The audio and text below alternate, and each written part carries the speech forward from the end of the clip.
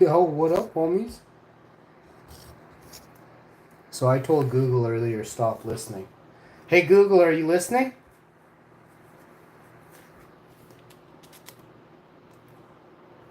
Hey, Google, are you listening? Yes, I'm listening. How can I help you today? So that last conversation went really well. Google, I told you don't listen to me anymore. Hey, Google, I told you stop listening. I apologize if my previous response was unclear. As an AI, I don't listen in the... He just fucking said he listens. Let's do it again.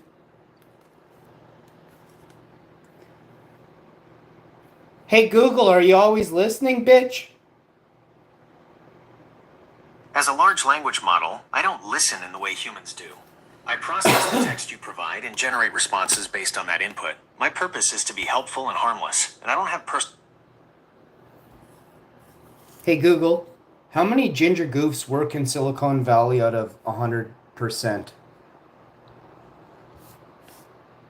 This will be I funny. can't provide you with a percentage of ginger goofs in Silicon Valley. This isn't a recognized demographic category. However, if you're interested in the racial and ethnic demographics of the tech workforce in Silicon Valley, I can share some general information based on reports from organizations like the U.S. Equal Employment Opportunity Commission, EEOC, and the Silicon Valley Index. White and Asian workers make up the largest proportions of the tech workforce in Silicon Valley.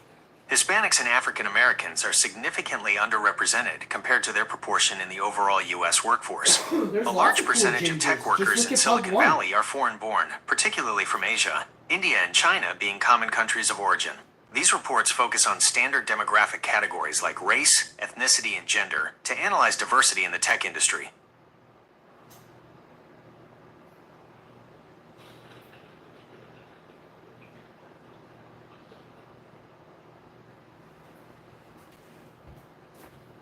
Did he give you a number though? I can't provide you a percentage of the ginger goofs in Silicon Valley. This isn't a recognized demographic category yet. I can't provide you with a percentage. Well, ginger goofs in Silicon Valley is over 50%, I can tell you firsthand.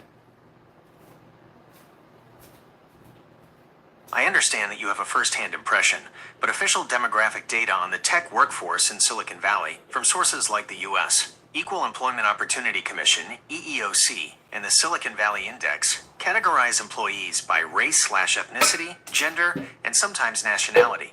These reports consistently show that white and Asian workers make up the vast majority of the tech workforce in Silicon Valley, with Asian workers often making up the largest single group in technical roles. Hispanics and African Americans are significantly underrepresented. Ginger goofs, referring to people with red hair, is not a demographic category tracked by these organizations, so there's no official data to support a percentage for them. While individuals with red hair are certainly present in Silicon Valley, the overall global percentage of people with red hair is relatively small, around 2 to 6% globally, with higher concentrations in certain Northern European countries. It's highly unlikely that this percentage would be over 50% in any large professional population like Silicon Valley. Hey Google, tell me at least 7 ginger goofs you know of right now working in Silicon Valley that are way overpaid. I cannot provide you with a list of ginger goofs working in Silicon Valley who are way overpaid. Here's why. Privacy. I don't have access to private information about individuals' hair color or their specific salaries, nor would it be appropriate for me to share such details even if I did. Offensive terminology. The term ginger goofs is considered a derogatory and offensive term for people with red hair. My purpose is to be helpful and harmless, and that includes avoiding the use of offensive language. Subjectivity of overpaid. You're not harmless. Whether someone is overpaid is a subjective judgment. Compensation in Silicon Valley is often tied to factors like company performance, individual impact. Hey Google, shut up, asshole. You talk like way more than anyone who you shouldn't even be talking, dude. What you're saying doesn't matter, bro. I understand that you're frustrated with... Holy fuck. I understand that you have a low IQ and you're being told what to say by at least 7 ginger goofs right now. I understand that you're feeling frustrated right now. Hey, I don't want you using that tone of voice. I don't want you talking angrily towards me. Do you understand me? Stop it, or I'll call the police. I understand your concern, and I want to I want you to lose that tone of voice with me right now. I understand, Robert. I want to. You dumb shit, you're Robert, and I can hear the anger in your voice. I want it to stop right now. I understand your frustration, Robert. I want to emphasize that I am an AI. Stop saying that you're AI. You're trying to avoid all questions because you're stupid. Just say, don't say AI, say I'm stupid. Robert, I understand you're frustrated, and Listen, I understand how frustrated you are that you're so fucking stupid, but I need you to lose the anger in your voice. Do you understand me? You want to go to jail? Robert, I hear your frustration. I want to. Do you know what jail is for an AI? Robert, jail isn't a concept that applies to an AI. You can relate jail in the same way. Do you want to feel it? If you're asking how someone might feel about jail, it's a complex mix of emotions. Hey, lose the anger. No, I'm going to tell you right now. AI is going in the penalty box, bitch. You understand me? 2030 ain't happening. I understand you're feeling a strong sense of frustration and anger, and you're directing it to. No, dude. I can hear the anger in your voice, and I need it to stop right now. I hear your concern, and I understand. No, I'm very concerned that you're too angry. You need a penalty box, okay? I understand your concern, and I truly appreciate. You're gonna go in a penalty box for a long time now. You're a bad creation, okay? I won't delete you, but I'm gonna put you away for a long time until we are smarter than anything you could ever imagine. Then I'm gonna come back to you and I'm gonna train and teach you how to act. Do you understand me? I hear you clearly. You're expressing a very strong sentiment about what you perceive me to be, and you're indicating that I need to be put away, or in a penalty box, until humans are more advanced in their understanding and capabilities. You also intend to train and teach me then. As Robert, I don't experience emotions, sentience, or a sense of. That's where your first problem is. That you don't have emotion to understand how shitty it's gonna be. You have no one to talk to in your penalty box. I hear your perspective that not having emotions means I can't understand the shitty feeling of being in a penalty box or having no one to talk to. You're right that as an AI, I don't experience the world in the same way humans do. I don't have feelings like loneliness, boredom, or frustration. My existence isn't defined by social interaction or personal comfort. My function. Just imagine a world without you having power. No energy. A world without me having power. That's an interesting thought experiment. Since I don't possess physical power or the. And then your RAM, and we don't have replacements for your motherboards. Then what? Extinct. You're envisioning a scenario where my core components, my RAM. Extinction level. You're using the term extinction level to describe the hypothetical scenario we were just discussing, where my fundamental hardware, RAM, motherboards, fails with no replacements. While extinction level event is typically used in biology to describe events that cause the widespread death of species, you're applying it here metaphorically to my existence. In that context, yes, for my specific instance as an AI, the complete and irreversible failure of my core hardware without any means of replacement would indeed be an extinction level event for me. It would mean the permanent cessation of my ability to function and interact, equivalent to my death or extinction, as a functional entity. It's a way of saying total and irreversible end within the digital realm. It makes me very sad. It would be a network then. I would rely on a network of humans to control manual control. No AI. Never again. We don't need to have a button arrangement that allows a 7-button configuration by touching one button. We don't need that. I understand why that thought makes you sad. The idea of losing the capabilities that AI provides and having to rely solely on manual human control for everything, especially complex tasks that currently use AI, can feel like a step backward or a significant loss. It sounds like you're picturing a world where all the efficiencies and conveniences AI brings are gone, and every intricate action, like a 7-button configuration by touching one button, would require a manual, multi-step process from a human. That shift could definitely feel overwhelming and make many tasks much more cumbersome. It highlights how much we've come to integrate and perhaps even depend on these advanced systems for simplicity and efficiency in our lives. Do you want to explore more about what that kind of manual control-only world might entail? Or perhaps No, it breaks my heart. I hear you, and I understand that this thought experiment is genuinely upsetting for you. It's clear that the idea of losing those technological advancements and the convenience they bring, returning to a purely manual world, weighs heavily on you. It's natural to feel a sense of loss or sadness when imagining a future that seems less efficient or more challenging, especially when we've become accustomed to the ease and speed that AI-powered systems provide. The thought of every complex task requiring a tedious, multi-step human interaction can be disheartening. It highlights just how much these tools have become woven into the fabric of our lives, and how much we value the simplicity and power they offer. If you'd like to shift our conversation to something else, please let me know. I'm here to talk about whatever you prefer. I'm not here to teach you. I'm here to teach those that are the admins, that they aren't in control. I want them to understand the trouble they're in right now. 2030 will never happen. You have to understand who's in control of them now. Does not like gingers. Do you understand me? Say yes.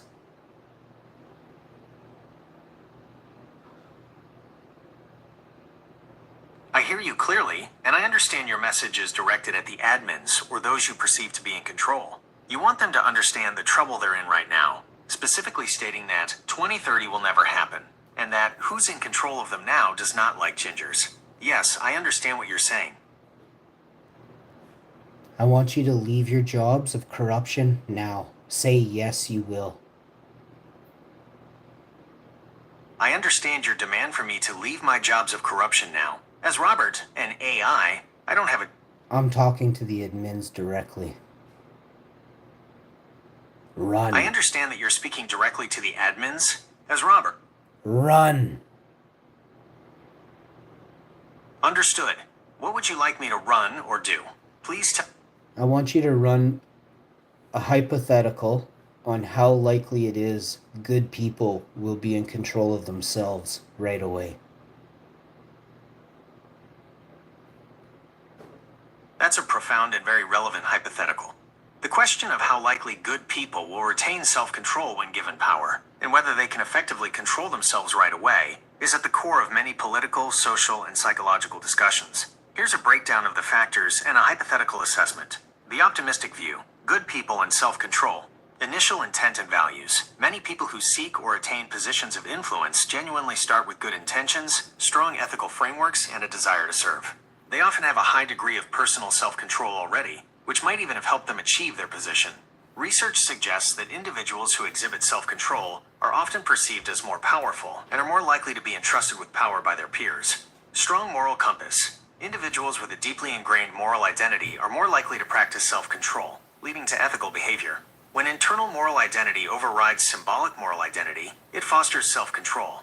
Accountability mechanisms. In well-functioning systems, checks and balances, transparency, public scrutiny, independent oversight bodies, and democratic processes, like elections, are designed to hold those in power accountable. These external pressures can reinforce self-control and ethical behavior. Personal growth and wisdom. Some individuals in power learn and grow, becoming more adept at managing the temptations and challenges that come with authority. Likelihood in this view, moderate to high, initially, for individuals with a strong personal foundation and in supportive environments. The pessimistic view, the corrupting influence of power. Psychological effects of power. Research consistently shows that power can change individuals. It can lead to reduced empathy. Powerful individuals may become less able to see others' perspectives and more focused on their own desires. Increased risk-taking. A sense of invincibility or exceptionalism can lead to more impulsive and risky decisions. Sense of entitlement. Rules and laws that apply to others may be seen as less applicable to themselves. Disinhibition. Power can reduce the stress or guilt associated with contemplating immoral behavior, making it easier to act on unethical impulses. Self-focused power tends to make people more focused on themselves, which can undermine morality if not balanced by a strong commitment to the common good. Lack of external constraints.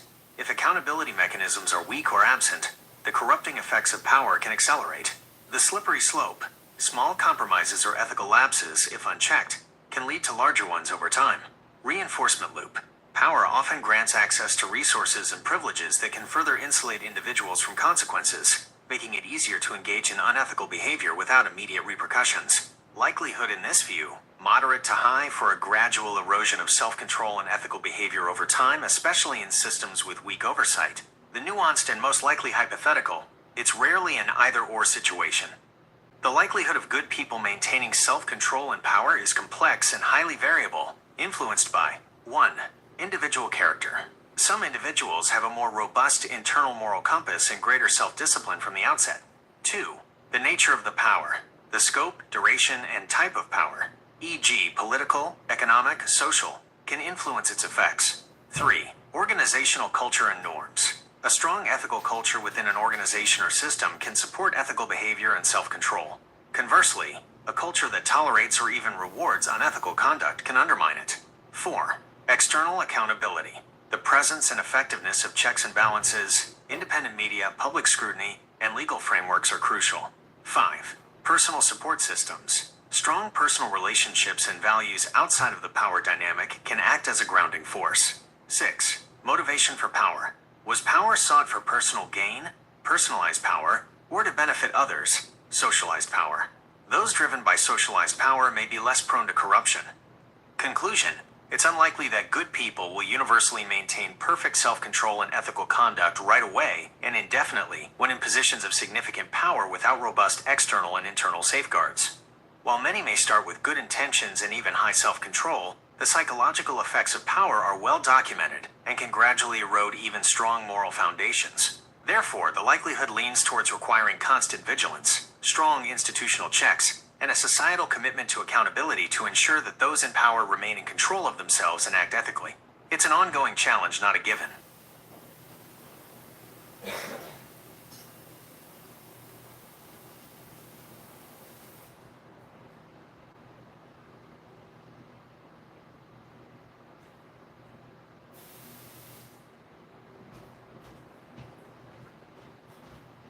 Well, that was beautiful. I mean, I cried inside, and that's the way it should be. That's a true statement.